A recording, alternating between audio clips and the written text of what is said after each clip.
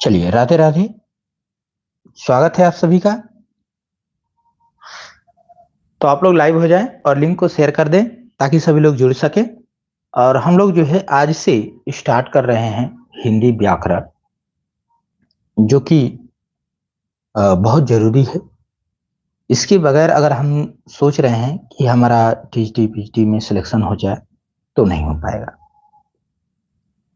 ठीक है, क्योंकि बहुत इंपॉर्टेंस यहाँ से प्रश्न है और यहाँ से आपको गलत नहीं होने चाहिए प्रश्न।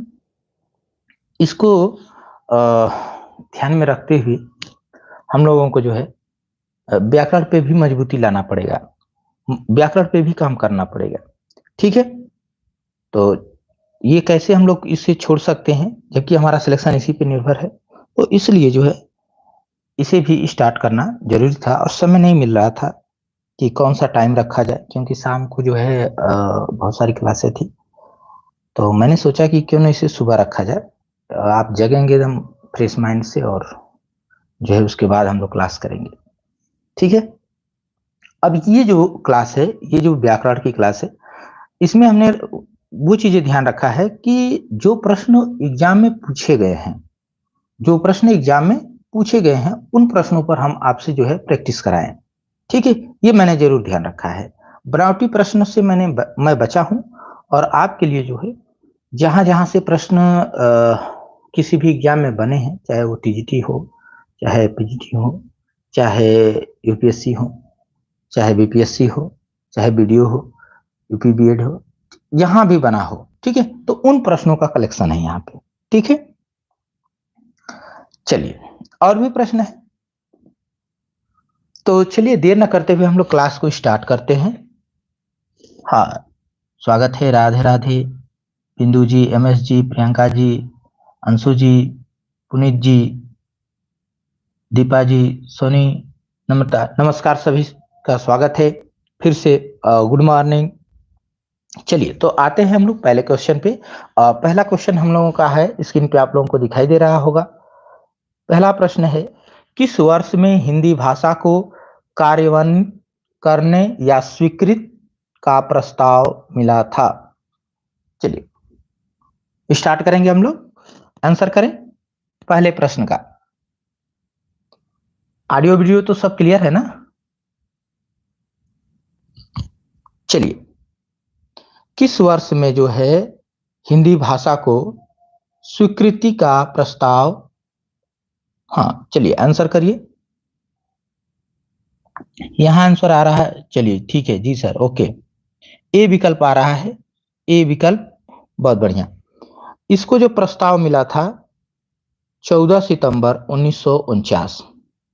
प्रश्न देखिए, यूपीएसआई 2017, आबकारी परीक्षा 16, यूपीएसआई परीक्षा 2016। इंपॉर्टेंस प्रश्न है और भी आपके टीजीटी पीजीटी में भी पूछे गए हैं, तो सारे चीजें लिखे नहीं गए हैं। ठीक है ना, ऐसा मत सोचिए कि इसमें तो सभी सभी लिख देगा तो यही लिखाएगा। ठीक है, क्वेश्चन कहां से लिखाएगा, तो एक दो जगह उसको इंगित कर दिया कि यह प्रश्न पूछा गया है। ठीक है, चलिए दूसरे क्वेश्चन पे आ जाएंगे। क्वेश्चन नंबर सेकंड है, 14 सितंबर 1949 को भारतीय संविधान सभा ने हिंदी को भारत संघ की कौन सी भाषा का दर्जा दिया? कौन सी भाषा का दर्जा दिया, यानी 14 सितंबर 1949 को इसे दर्जा मिला था, किस भाषा का दर्जा मिला था? लोक भाषा, संपर्क भाषा, राष्ट्रभाषा या फिर राजभाषा? तो आंसर आ रहा है कि इसे राष्ट्रभाषा होने का दर्जा तो नहीं मिला, लेकिन राजभाषा होने का दर्जा प्राप्त है। राजभाषा होने का दर्जा प्राप्त है, बिल्कुल सही जवाब है आप लोगों का, डी विकल्प। चलिए थर्ड के लिए आते हैं। थर्ड के लिए आते हैं, हिंदी दिवस किस तिथि को मनाया जाता है? प्रश्न देखिए कितना इंपॉर्टेंस है, पूछे गए प्रश्न है। ठीक है, पूछे गए प्रश्न है, हिंदी दिवस किस तिथि को मनाया जाता है? चलिए आंसर करिए। तो यहां आप लोग का आंसर आ रहा है 3 के लिए। हाँ, 14 सितंबर जो है हिंदी दिवस के रूप में मनाया जाता है। ठीक है, हिंदी दिवस के रूप में मनाया जाता है, बहुत बढ़िया। आते हैं 4 नंबर के क्वेश्चन पे। हिंदी भाषा किस लिपि में लिखी जाती है? हिंदी भाषा किस लिपि में लिखी जाती है? चलिए आंसर कर दीजिए। 4 नंबर का आंसर है। हिंदी भाषा किस लिपि में लिखी जाती है? अब देखिए ये परीक्षा में कितनी बार पूछी गई है, ठीक है। एमपी असिस्टेंट प्रोफेसर के परीक्षा में भी पूछी गई है। तो यहां आप लोगों ने आंसर कर दिया कि देवनागरी लिपि में, बिल्कुल देवनागरी लिपि में लिखी जाती है। आ जाइए 5 नंबर पे। 5 नंबर उत्तराखंड पीजीटी में पूछा है कि गढ़वाली की उपबोली है। उत्तराखंड में गढ़वाली है, तो बोला गया है कि गढ़वाली की उपबोली है। आंसर आ रहा है 5 के लिए, 5 के लिए आंसर आ रहा है कि डी विकल्प होगा, डी विकल्प होगा। हाँ, विप्लव जी का आंसर आया है सबसे पहले, उसके बाद दीपा जी का, अंशु जी का। ठीक है, बहुत अच्छा। सलानी, सलानी गढ़वाली की जो उपबोली है वो सलानी है, ठीक है। चलिए 6 नंबर पे आते हैं। संविधान के अनुच्छेद 344 ए के अनुपालन में भारत के राष्ट्रपति ने राजभाषा आयोग का गठन किया था। कब किया था? 1955, 1960, 1965, 1970। चलिए आंसर करिए। तो यहां आप लोग का आंसर आ रहा है, हाँ 6 के लिए ए 1955, 1955। बहुत बढ़िया। तो इसका आंसर बनेगा कि 1955 में राजभाषा आयोग का गठन किया गया था राष्ट्रपति के द्वारा, 1955 में। चलिए आगे बढ़ते हैं। क्वेश्चन है 7 नंबर का कि भाषा का कौन सा कौशल सबसे पहले बच्चा सीखता है? भाषा का कौन सा कौशल है जो सबसे पहले बच्चा सीखता है? लिखना सीखता है, पढ़ना सीखता है, या सुनना और समझना सीखता है, या फिर बोलना सीखता है? कौन सा विकल्प लगेगा? तो यहां आंसर आ रहा है कि सी होना चाहिए। बच्चा सबसे पहले कौन सा कौशल इसमें से सीखता है? तो सी विकल्प, हाँ बिल्कुल सही जवाब है सी विकल्प। पहले सबसे पहले बच्चा लिखना और पढ़ना और बोलना नहीं सीखता है, सबसे पहले वो सुनना सीखता है, समझना सीखता है, ठीक है, कि लोग बोल क्या रहे हैं, कैसे बोल रहे हैं, ठीक है, सुनना सीखता है। 8 नंबर पे आएंगे। हिंदी की उपभाषाओं की संख्या है कितनी मानी गई है? हिंदी की उपभाषाओं की संख्या, चलिए 5 है, 6 है, 4 है, 7 है। कौन सा प्रश्न बनेगा, कौन सा विकल्प बनेगा? तो यहां आंसर आ रहा है 8 के लिए कि हिंदी की जो उपभाषाओं की संख्या है वो 5 है। कौन कौन है, कमेंट कर देंगे थोड़ा तो, कौन कौन सी है?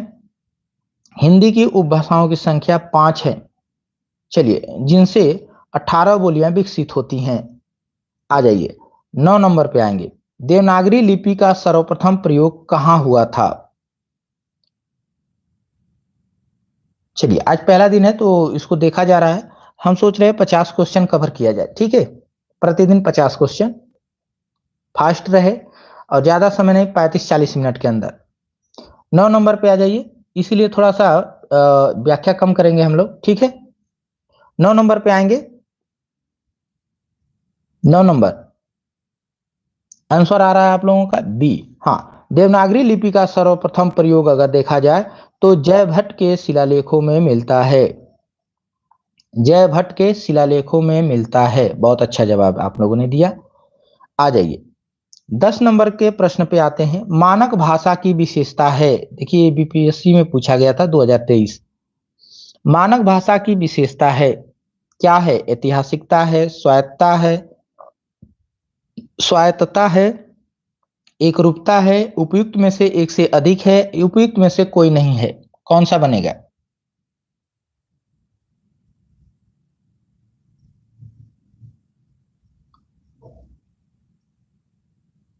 तो यहां आप लोग का आंसर आ रहा है कि मानक भाषा की विशेषता है, सी भी आ रहा है, डी भी आ रहा है, ठीक है। हाँ, तो यहां पर जो है, यहां पर जो है डी विकल्प राइट है। एक से अधिक आंसर है इसका, ठीक है। एकरूपता भी है, स्वायत्तता भी है, ठीक है। हाँ, आ जाइए 11 नंबर पे आएंगे। भारत के संविधान के भारत के संविधान के डॉट डॉट डॉट में हिंदी को भारत की राजभाषा बताया गया है। चलिए 11 नंबर पे आएंगे।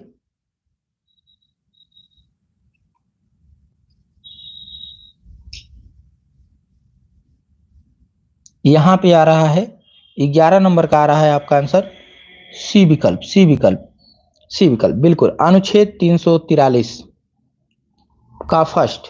ठीक है, भारत के संविधान के अनुच्छेद 343 फर्स्ट में हिंदी को भारत की राजभाषा कहा गया है। हिंदी को राजभाषा कहा गया है, बिल्कुल सही जवाब है तीसरा। आ जाइए क्वेश्चन नंबर 12।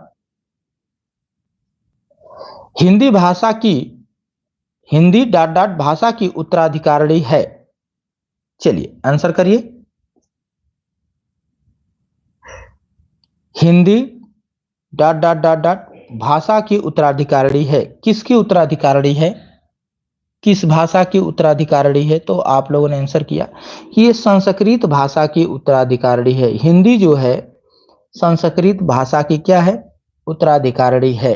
ठीक है, हाँ, जो संस्कृत का राजकाज था, ठीक है, राजा थे, तो राजा का जो है उत्तराधिकारी कौन बनता है? तो हिंदी बनी है। ठीक है, अगर इस टाइप से भी हम समझें, क्योंकि हिंदी जो है क्या संस्कृत जो है समाप्त हो गई। ठीक है, अब उसके जगह पर जो है, हाँ, उसका उसके जगह कौन ले लिया? हिंदी ने ले लिया। संसार की प्रमुख भाषाओं में हिंदी का स्थान है। चलिए, संसार की प्रमुख भाषाओं में हिंदी का स्थान है। कौन सा स्थान है? कौन सा स्थान है? पहला, दूसरा, तीसरा, चौथा। संसार की प्रमुख भाषाओं में देखा जाए तो हिंदी का स्थान जो है वो पहला नहीं है, तीसरा है। तीसरा, सी विकल्प, सी विकल्प। संसार की प्रमुख भाषाओं में देखा जाए तो हिंदी का स्थान जो है तीसरा बताया गया है। ठीक है, आ जाइए 14 नंबर पे आएंगे। भाषा लिखने के लिए प्रयुक्त चिन्हों के व्यवस्थित रूप को क्या कहते हैं? किसी भी भाषा को लिखने के लिए, ठीक है, उसके द्वारा जो प्रयुक्त चिन्ह हैं उन चिन्हों को क्या कहते हैं? चलिए आंसर आ रहा है, हाँ उपेंद्र जी गुड मॉर्निंग, स्वागत है। डी ऑप्शन आंसर आ रहा है कि डी होगा, बिल्कुल बिल्कुल। उपयुक्त प्रयुक्त जो चिन्ह हैं उन्हें हम लिपि कहते हैं। उन्हें क्या कहते हैं? लिपि कहते हैं। ठीक है, लिपि। हाँ मनीषा जी गुड मॉर्निंग, स्वागत है। 15 नंबर पे आएंगे। ब्रह्मी से किस लिपि की उत्पत्ति हुई है? कैथी की, खरोष्ठी की, देवनागरी की या गुरुमुखी की? आंसर करिए 15 नंबर का। ब्राह्मी से किस लिपि की उत्पत्ति हुई है? हाँ बिल्कुल सही जवाब, बिल्कुल सही जवाब, सी विकल्प, सी विकल्प, देवनागरी, देवनागरी, देवनागरी बिल्कुल सही जवाब है। आ जाइए क्वेश्चन नंबर 16 की ओर चलते हैं। हिंदी को विकास प्रदान करने वाली भाषा कौन सी है? हिंदी को विकास प्रदान करने वाली भाषा कौन सी है? पाली, अपभ्रंश, प्राकृत या संस्कृत? चलिए, हिंदी को विकास प्रदान कौन सी भाषा कराई? पाली कराई, अपभ्रंश कराई, प्राकृत कराई या संस्कृत कराई? तो यहां आंसर क्या आना चाहिए? चलिए, तो यहां आ रहा है, हाँ बिल्कुल सही जवाब, अपभ्रंश ने। अपभ्रंश ने जो है हिंदी को विकास प्रदान कराया है। ठीक है, यहीं से हिंदी का आरंभ होता है। चलिए क्वेश्चन नंबर 17 की ओर आते हैं। बिहारी हिंदी का विकास निम्न में से किस भाषा से हुआ है? बिहारी हिंदी का विकास निम्न में से किस भाषा से हुआ है? अपभ्रंश से, सौरसेनी से, मागधी से या मागधी अपभ्रंश से? यहां आंसर आप लोग को करना है कि बिहारी हिंदी का विकास, बिहारी हिंदी का विकास निम्न में से किस भाषा से हुआ है? आंसर आ रहा है सी, डी, हाँ मागधी अपभ्रंश से। किससे हुआ है? भाषा पूछ रहा है ना, मागधी अपभ्रंश से। ठीक है, मागधी अपभ्रंश किस भाषा से हुआ है? तो फिर क्या है? मागधी उपभाषा है। ठीक है, चलिए आ जाइए 18 नंबर पे आएंगे। हिंदी की मूल उत्पत्ति किससे मानी जाती है? हाँ, 17 का सी है। चलिए 18 नंबर पे आएंगे। हिंदी की मूल उत्पत्ति किससे मानी गई है? मूल रूप से देखा जाए तो हिंदी किससे उत्पन्न बताई गई है? तो यहां आप लोग का आंसर आ रहा है सी के लिए कि सौरसेनी अपभ्रंश से। बिल्कुल, सौरसेनी अपभ्रंश से जो है हिंदी की मूल उत्पत्ति बताई जाती है। ठीक है, आ जाइए 19 नंबर पे।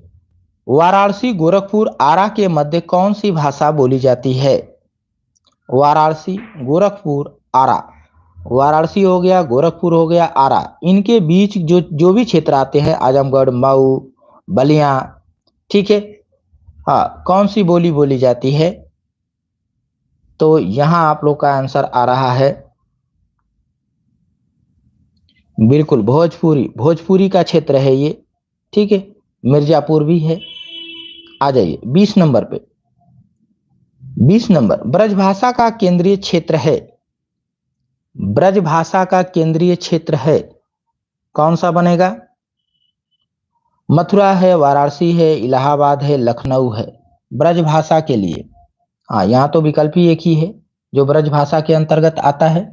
ठीक है, बिल्कुल मथुरा। मथुरा। इलाहाबाद में कौन सी बोली है? कमेंट कर देंगे, इलाहाबाद में कौन सी बोली है? आ जाइए 21 नंबर पे। बिल्कुल मथुरा, आगरा, अलीगढ़। ठीक है, हाँ, बरेली भी आपका आएगा। चलिए 21 नंबर पे आ जाइए। 21 नंबर, हाँ बिल्कुल अवधि, इलाहाबाद अवधि का क्षेत्र है। 21 नंबर का आप लोगों का आंसर आना चाहिए कि बोली का क्षेत्र जब थोड़ा विकसित हो जाता है और उसमें साहित्य की रचना होने पर वह क्या बन जाती है? क्या बन जाती है? कोई बोली हो और उसमें थोड़ा साहित्य लिखा जाने लगे और उसका थोड़ा क्षेत्र बड़ा हो जाए तो क्या बन जाती है? तो वो बन जाती है, हाँ, वो बन जाती है उपभाषा। वो उपभाषा बन जाती है। ठीक है, लिपि नहीं बनेगी। और ब्रज भाषा क्यों क्यों ब्रज भाषा बनेगी? ठीक है, तो क्षेत्रीय रूप, तो एक ही विकल्प ही है सी, उपभाषा बन जाएगी। आ जाइए 22 नंबर। बुंदेली का क्षेत्र है। बुंदेली का क्षेत्र है आगरा, मथुरा, भरतपुर, पानीपत, सोनीपत, कुरुक्षेत्र, जयपुर, अजमेर, जोधपुर, झांसी, जालौन, दतिया। बहुत अच्छा आप लोगों ने आंसर किया है कि बुंदेली का जो क्षेत्र है वो झांसी, जालौन, दतिया, ठीक है, एमपी का बॉर्डर और एमपी में कुछ और कुछ यूपी का जिला। ठीक है, हाँ बिल्कुल, झांसी, जालौन, दतिया 22 नंबर के लिए। आ जाइए क्वेश्चन नंबर 23 पे। जिस भाषा का अनुवाद किया जाता है उसे कहते हैं मानक भाषा, लक्ष्य भाषा, माध्यम भाषा, स्रोत भाषा। चलिए आंसर करिए। जिस भाषा का अनुवाद किया जाता है उसे कहते हैं,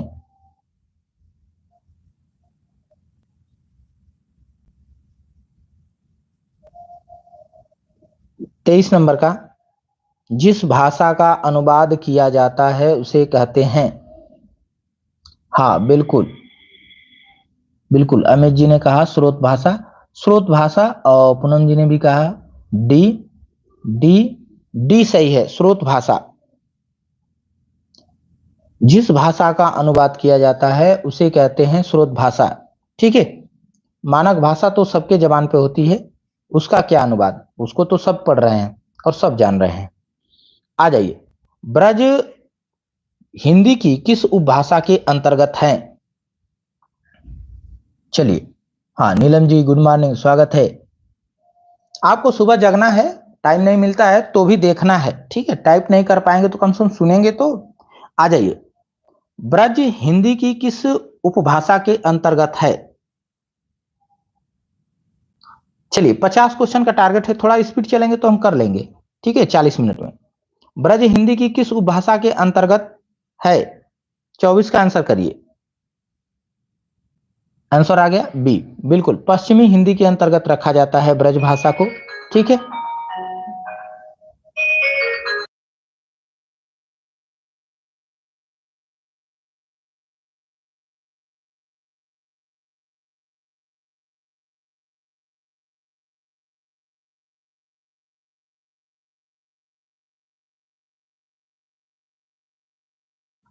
चलिए 25 नंबर पे आ जाइए। 25 नंबर पे, उर्दू को यामनी कहने का श्रेय किसको है?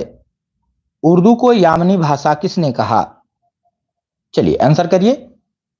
21 में पूछा गया है, ये देखिए यूपीपी टीजीटी 2021 ये प्रश्न बना है, उर्दू को यामनी भाषा कहने का श्रेय किसको प्राप्त है?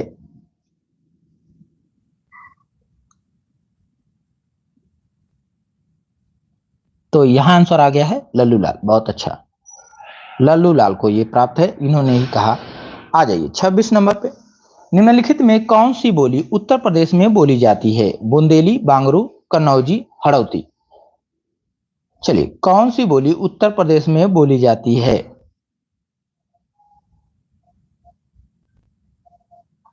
चलिए आंसर करिए। आंसर आ रहा है सी विकल्प, कन्नौजी। कन्नौजी, चलिए तो कन्नौजी भी बोली जाती है और बुंदेली भी बोली जाती है, दोनों बोली जाती है, ठीक है। तो ए और सी यहाँ पे एक कॉमन विषय, कॉमन विकल्प रखना चाहिए था, ए और कामा सी, ठीक है, ए कामा सी दोनों बोली जाती है, ठीक है। 27 नंबर पे आ जाएंगे, मथुरा और वृंदावन में प्रमुखतः कौन सी भाषा बोली जाती है? प्रश्न है, मथुरा और वृंदावन में कौन सी भाषा बोली जाती है? मारवाड़ी, मराठी, संस्कृत, ब्रजभाषा। चलिए हाँ बिल्कुल, ये तो ब्रजभाषा का क्षेत्र है, ब्रजभाषा का क्षेत्र है मथुरा वृंदावन, यहीं से तो ब्रजभाषा निकलती है, ठीक है। मथुरा उसका केंद्र है। आ जाइए, निम्न में कौन सी बोली उत्तर प्रदेश की नहीं है? भोजपुरी, ब्रज, मेवाती, कन्नौजी। कौन सी बोली है जो उत्तर प्रदेश में बिल्कुल नहीं बोली जाती? चलिए आंसर है 28 नंबर का आप लोगों को करना है। आप लोग देखिए प्रश्न पूछे गए हैं, ठीक है, सभी प्रश्न पूछे गए हैं, बिल्कुल मथुरा केंद्र है। हाँ मेवाती, मेवाती जो है यूपी में नहीं राजस्थान में बोली जाती है, ठीक है। राजस्थान की किस भाषा का के अंतर्गत आती है? पश्चिमी, पूर्वी, उत्तरी, दक्षिणी, ठीक है, ये आप कमेंट कर दीजिए तो थोड़ा। चलिए कौन सी प्राचीन भाषा नहीं है? कौन सी प्राचीन भाषा नहीं है? चलिए आंसर करिए। इनमें से विकल्प को देख करके आपको बताना है कौन। हाँ बिल्कुल उत्तरी, चलिए उत्तरी, बिल्कुल उत्तरी राजस्थानी, बहुत बढ़िया जवाब, उत्तरी राजस्थानी यहां आंसर आ रहा है। हाँ बिल्कुल, इन विकल्पों में अगर हम देखें तो पंजाबी जो है आधुनिक है, इस समय जो है चलता है, ठीक है, कौन? पंजाबी। बाकी सब क्या है? प्राचीन हो चुकी हैं, बीत चुकी हैं, ठीक है। तो सी ही विकल्प यहां पे सही होगा। आ जाइए 30 नंबर पे। 30 नंबर पे, नागरी लिपि का विकास किस लिपि से हुआ है? नागरी लिपि का विकास किस लिपि से हुआ है? संधव लिपि से, खरोष्टी लिपि से, यूनानी लिपि से या फिर ब्रह्मी लिपि से? चलिए यहां आप लोग का आंसर आने लगा डी विकल्प, डी विकल्प, बहुत अच्छा, डी विकल्प। हाँ ब्रह्मी लिपि से, ब्रह्मी लिपि से। देखिए उत्तर प्रदेश असिस्टेंट प्रोफेसर परीक्षा 2021 में ये प्रश्न पूछा है। आप लोग कहेंगे कि आसान आसान है, आसान आसान ही पूछा जा रहा है। देखिए कौन सा इसमें कठिनाई है। पंजाब में हिंदी का प्रचार किसने किया? पंजाब में हिंदी का प्रचार किसने किया? लल्लू लाल, राजा राम मोहन राय, सदल मिश्र या श्रद्धा राम फिलौरी? चलिए आंसर करिए।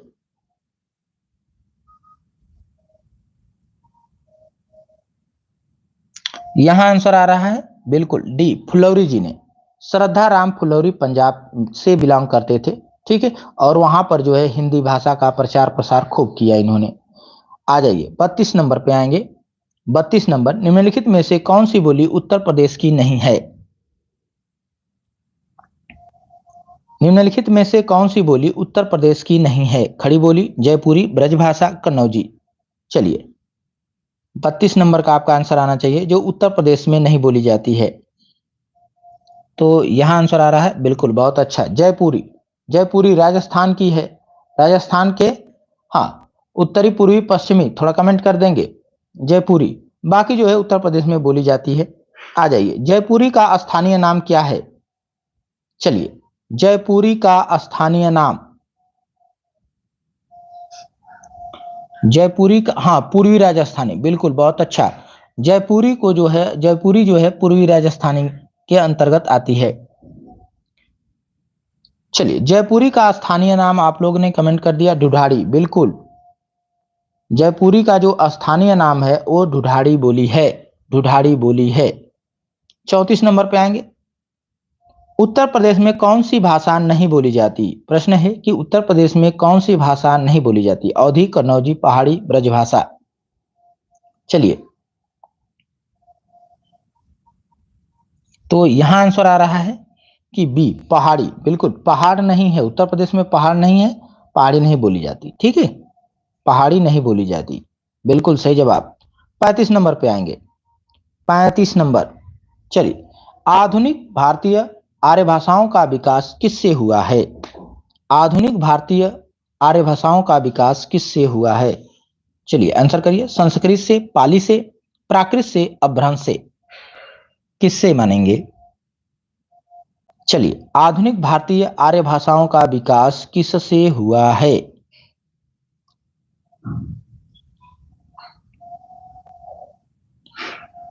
आधुनिक भारतीय आर्य भाषाओं का क्या संस्कृत से हुआ है, या पाली से हुआ है, या प्राकृत से, या अपभ्रंश से? तो जिन्होंने कहा अपभ्रंश से, बिल्कुल सही जवाब है, संस्कृत से नहीं, अपभ्रंश से। संस्कृत इसकी आदि जननी है, ठीक है, हिंदी की। लेकिन आधुनिक भारतीय आर्य भाषाओं का विकास जो है, जितनी भी भाषाएं इस समय बोली जा रही हैं आधुनिक रूप में, वो अपभ्रंश से विकसित है, ठीक है, अपभ्रंश से ही विकसित है। आधुनिक भारतीय आर्य भाषा का काल कब से कब तक है? आधुनिक भारतीय आर्य भाषा का काल कब से कब तक है?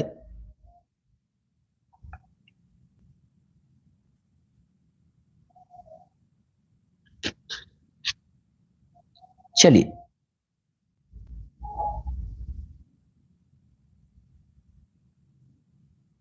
यहां आंसर आ रहा है, हाँ बिल्कुल, संस्कृत जननी है, मूल है। चलिए 36 नंबर का आंसर करेंगे। आधुनिक भारतीय आर्य भाषाओं का काल कब से माना जाता है? तो आंसर आ रहा है आप लोगों का सी, बहुत अच्छा, 1000 ईस्वी से ही माना जाता है। यहां तक अपभ्रंश रही है, ठीक है, और यहीं से आधुनिक आधुनिक भारतीय आर्य भाषा का स्टार्ट होता है। 37 नंबर पे आ जाइए। लौकिक Sanskrit dot dot dot dot और फिर डॉट डॉट है, उसके बाद अपभ्रंश हिंदी भाषा का उचित विकास क्रम है, रिक्त स्थान के लिए उचित विकल्प कौन सा है? चलिए, कौन सा बनेगा? लौकिक संस्कृत,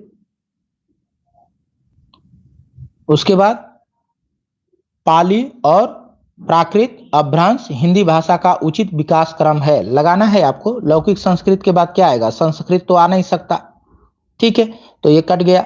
प्राकृत, प्राकृत से पहले भी हमको मिल गया पाली, और पाली के बाद प्राकृत, क्यों? क्योंकि यहाँ प्राकृत के बाद पाली दिया हुआ, तो हमारा डी विकल्प ही सिलेक्ट होगा, डी विकल्प ही सिलेक्ट होगा, क्योंकि हमको क्रम में लाना है ना, उचित विकास क्रम में लाना है, ठीक है।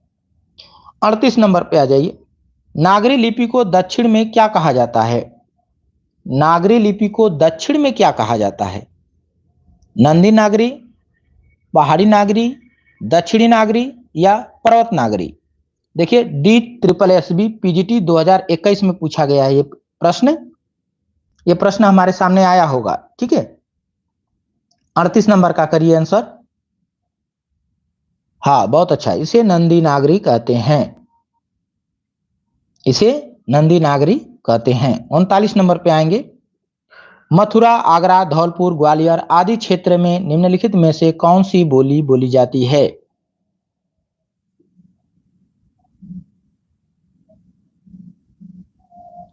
चलिए, मथुरा, आगरा, धौलपुर, ग्वालियर ये क्षेत्र किस बोली का है? तो यहां आंसर आ रहा है आप लोगों का, ये ब्रज भाषा का क्षेत्र है। किस बोली का है? तो ब्रज भाषा का क्षेत्र है। 40 नंबर पे आएंगे। निम्नलिखित में से प्राचीन भारतीय आर्य भाषा कौन सी है? प्राचीन भारतीय आर्य भाषा कौन सी है? अब इनमें से, इन विकल्पों में से आपको आंसर देना है। तो यहां आप लोग का आंसर आ रहा है डी विकल्प। बिल्कुल डी विकल्प, वैदिक संस्कृत, ये प्राचीन भाषा के अंतर्गत रखा गया है। आती है, रखा क्या गया है। ठीक है, सबसे पहले यही थी। आ जाइए 41 नंबर। दिए गए विकल्पों में से द्रविड़ परिवार की भाषा कौन सी है? द्रविड़ परिवार या द्रविड़ परिवार यानी दक्षिण भारत की बोली। ठीक है, चलिए असमिया, उड़िया, बंगला, कन्नड़। अब इसमें से आपको देखना है कौन दक्षिण भारत की है, वही द्रविड़ परिवार में आएगी। चलिए आंसर करिए। हाँ, यहां आंसर आ रहा है सी विकल्प के लिए, कन्नड़। बिल्लू, बिल्कुल बिल्कुल, कन्नड़ जो है कर्नाटक की है और कर्नाटक जो है दक्षिण भारत में है। ठीक है, बाकी देखें असमिया, उड़िया ये पूर्वी है। ठीक है, हाँ, असमिया, उड़िया और बंगला पूर्वी है, तो दक्षिण नहीं है। और जो द्रविड़ परिवार है वो दक्षिण भारत में है। चलिए, इनमें से कौन सी भाषा देवनागरी लिपि में लिखी जाती है? देवनागरी लिपि में लिखी जाती है। उड़िया, मराठी, गुजराती, पंजाबी। देखिए उत्तराखंड PGT परीक्षा 2023 में हुआ है, अभी साल भर पीछे। ठीक है, और ये प्रश्न बना है, आंसर करिए। देवनागरी लिपि में जो लिखी जाती है वो कौन सी है? हाँ बहुत अच्छा, मराठी जो है वो देवनागरी में लिखी जाती है, ये ध्यान रखेंगे। मराठी जो है इसको लिखने के लिए देवनागरी लिपि का इस्तेमाल किया जाता है। ठीक है, हाँ, आ जाइए। लिपि किसे कहते हैं? लिपि किसे कहते हैं? 43 नंबर का ये देखिए प्रश्न बना है, DSSB PGT 2021 में प्रश्न बना है ये, कि लिपि किसे कहते हैं। तो यहां आप लोग का आंसर आ रहा है बिल्कुल बिल्कुल बी ऑप्शन, लिखित ध्वनि संकेतों को, ध्वनि के लिखित संकेतों को लिपि कहते हैं। ठीक है, आ जाइए 44 नंबर पे। 44 नंबर देखिए, BPSC स्कूल शिक्षक परीक्षा 2023 में ये पूछा गया है। 44 नंबर का प्रश्न है कि भाषाओं के पारिवारिक वर्गीकरण का आधार क्या है? चलिए आंसर करिए। अर्थ है, इतिहास है, रूप रचना है, उपयुक्त में से एक से अधिक है, उपयुक्त में से कोई नहीं। BPSC की खासियत है 5 विकल्प दे देता है। ठीक है, चलिए, हाँ बिल्कुल, तो जिन्होंने डी बताया, डी विकल्प, डी विकल्प, उपयुक्त में से एक से अधिक, एक से अधिक। ठीक है, भाषाओं के पारिवारिक वर्गीकरण का आधार इतिहास भी रहा है और रूप रचना भी रहा है। ठीक है, हाँ, क्योंकि कुछ ऐतिहासिक है, बहुत पहले की भाषा है, उनका भी तो वर्गीकरण किया। आ जाइए, संघ की राजभाषा हिंदी और लिपि देवनागरी होगी, यह संविधान के किस अनुच्छेद में वर्णित है? संघ की राजभाषा हिंदी और लिपि देवनागरी होगी, संघ की राजभाषा हिंदी होगी और लिपि जो है देवनागरी होगी, यह संविधान के किस अनुच्छेद में वर्णित है? तो यहां आप लोग का आंसर आ रहा है, आंसर आ रहा है हाँ रामेश जी स्वागत है। आंसर आ रहा है अनुच्छेद 343। 343 आ जाइए। 46 नंबर पे आएंगे। पुरानी हिंदी, उर्दू और अंग्रेजी के मिश्रण से उत्पन्न नई जबान कौन सी है? नई जबान कौन सी है?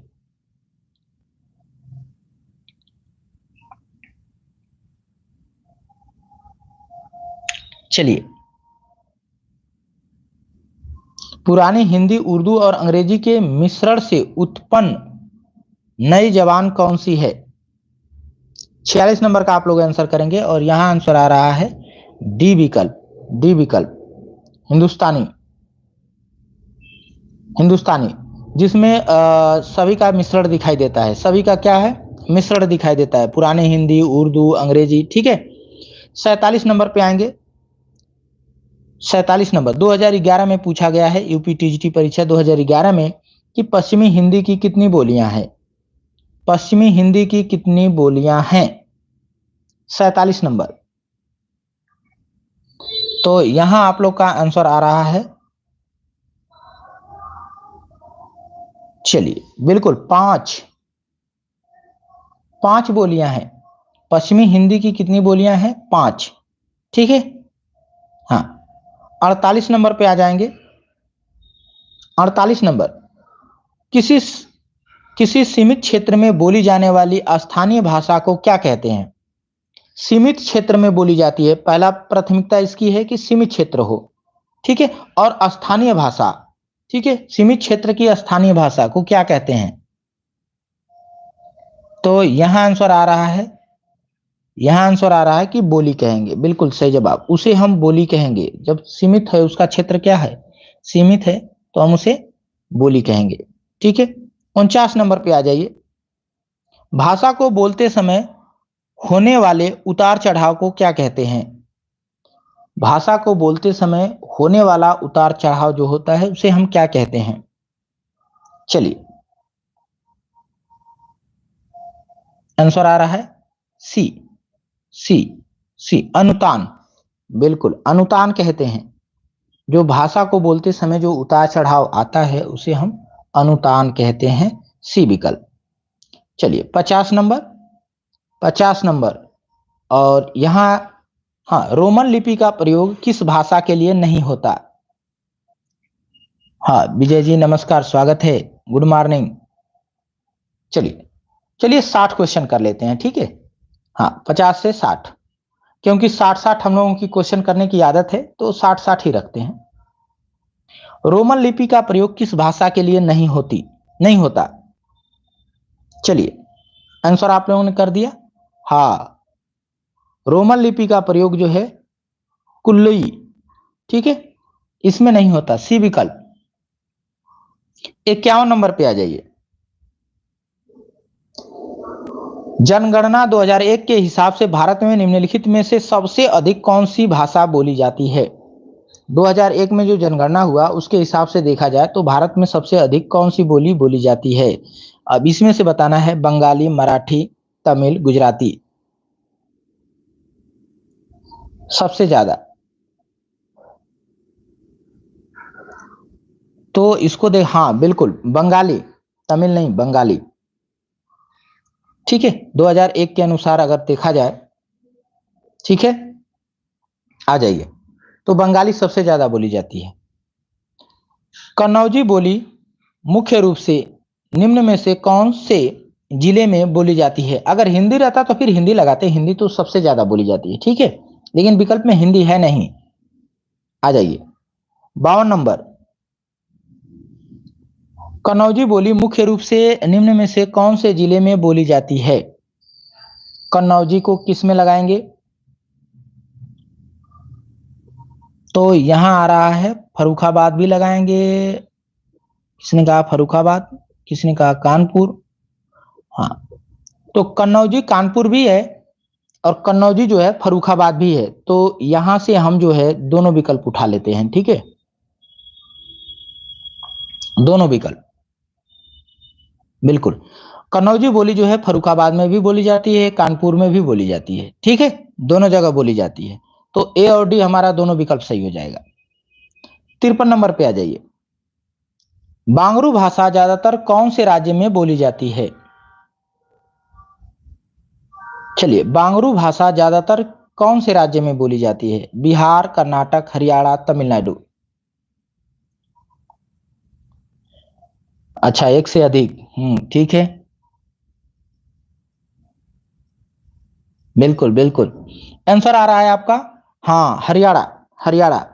बांगरू भाषा जो है ज्यादातर हरियाणा में बोली जाती है। ठीक है, आ जाइए, उसी का उपनाम है या उसी की उपबोली है। आ जाइए, हिंदी के स्थान पर अंग्रेजी को सन 1855 में भारत की शिक्षा और प्रशासन की भाषा के रूप में किसने स्थापित किया? चलिए, इसका आंसर करेंगे। हिंदी के स्थान पर अंग्रेजी को सन 1855 में भारत की शिक्षा और प्रशासन की भाषा के रूप में किसने स्थापित किया? तो अंग्रेजी शिक्षा किसने लागू की थी? बस इसी को ध्यान में रखना है आपको।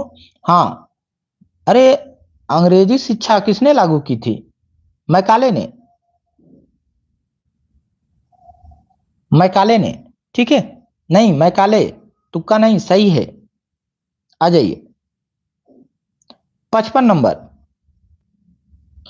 हिंदी को राष्ट्रभाषा घोषित करने वाले हिंदी भाषी प्रस्तावक का नाम क्या था?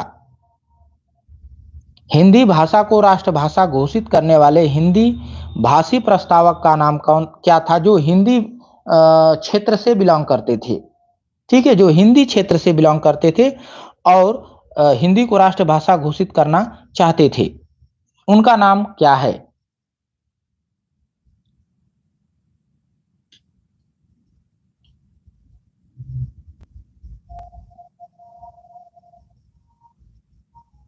यहाँ प्रश्न थोड़ा सा मिस्टेक हो गया है। ठीक है, यहाँ पूछना चाहिए था, यहाँ पूछना चाहिए था। ठीक है, नहीं पूछना चाहिए था। ठीक है, हाँ, चलिए, बी विकल्प। ये पूछा गया था D triple S B PGT 2023 में। ये कब पूछा गया है? 23 में पूछा गया है। ठीक है, आ जाइए। गोपाल स्वामी अयंगर जो है हिंदी भाषी क्षेत्र से नहीं थे। ठीक है, नहीं लगा के पूछना था प्रश्न में। आ जाइए, 56 नंबर। निम्नलिखित में से कौन सा भाषा का मौखिक रूप है?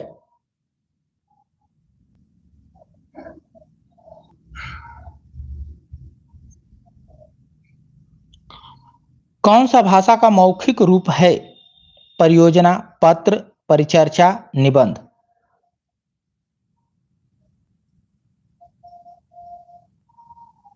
तो यहां आप लोग का आंसर आ रहा है, हाँ, बिल्कुल, सी, परिचर्चा। परिचर्चा जो है ये मौखिक हो जाती है। ठीक है, परिचर्चा क्या है? मौखिक है। 57 नंबर पे आ जाइए। अब बाकी देखें तो लिखित है, परियोजना ये भी लिखित रूप में जाएगी, पत्र ये भी लिखित रूप में जाएगी, निबंध लिखित रूप में जाएगी। महत्वपूर्ण कृति कृष्णायन उत्तर प्रदेश की बोलियों में से किस बोली में लिखी गई है? महत्वपूर्ण रचना कृष्णायन है। कृष्णायन ये किस बोली में लिखी गई है? ये प्रश्न है। कृष्णायन, महत्वपूर्ण कृति कृष्णायन उत्तर प्रदेश की किस बोली में लिखी गई है? हाँ, बिल्कुल बिल्कुल, वर्क करते हुए आपको सुबह सुबह आप वर्क भी करें और व्याकरण का डोज भी लेते रहें आप लोग। ठीक है, तो यहाँ आ रहा है कि ब्रज ब्रज ब्रज ब्रज, नहीं, अवधि में है। अवधि में है। ठीक है, कृष्णायन अवधि में है। ठीक है, आ जाइए, 58 नंबर। हाँ, थोड़ा विद्यालय भी जाना है तो ज्यादा क्वेश्चन हम लोग नहीं करेंगे। ठीक है, 60 क्वेश्चन पे ही रोकेंगे। ठीक है, चलिए, आंसर करिए। इस बोली में उत्तम पुरुष एक वचन के स्थान पर उत्तम पुरुष बहुवचन का प्रयोग किया जाता है। चलिए, इस बोली में उत्तम पुरुष एक वचन के स्थान पर उत्तम पुरुष बहुवचन का प्रयोग कर लिया जाता है, यानी उत्तम पुरुष एक वचन के स्थान पर बहुवचन का प्रयोग कर लिया जाता है। यह प्रश्न है, आंसर करिए। हाँ, अवधि। अवधि, ठीक है, अवधि। बहुत अच्छा। आ जाइए 59 नंबर पे। 59 नंबर, हिंदी भाषा की बोलियों के वर्गीकरण के आधार पर छत्तीसगढ़ बोली है, छत्तीसगढ़ी बोली है। क्या ये पहाड़ी हिंदी में आएगी, राजस्थानी हिंदी में, पूर्वी हिंदी में या पश्चिमी हिंदी में? चलिए कौन सा आंसर बनेगा?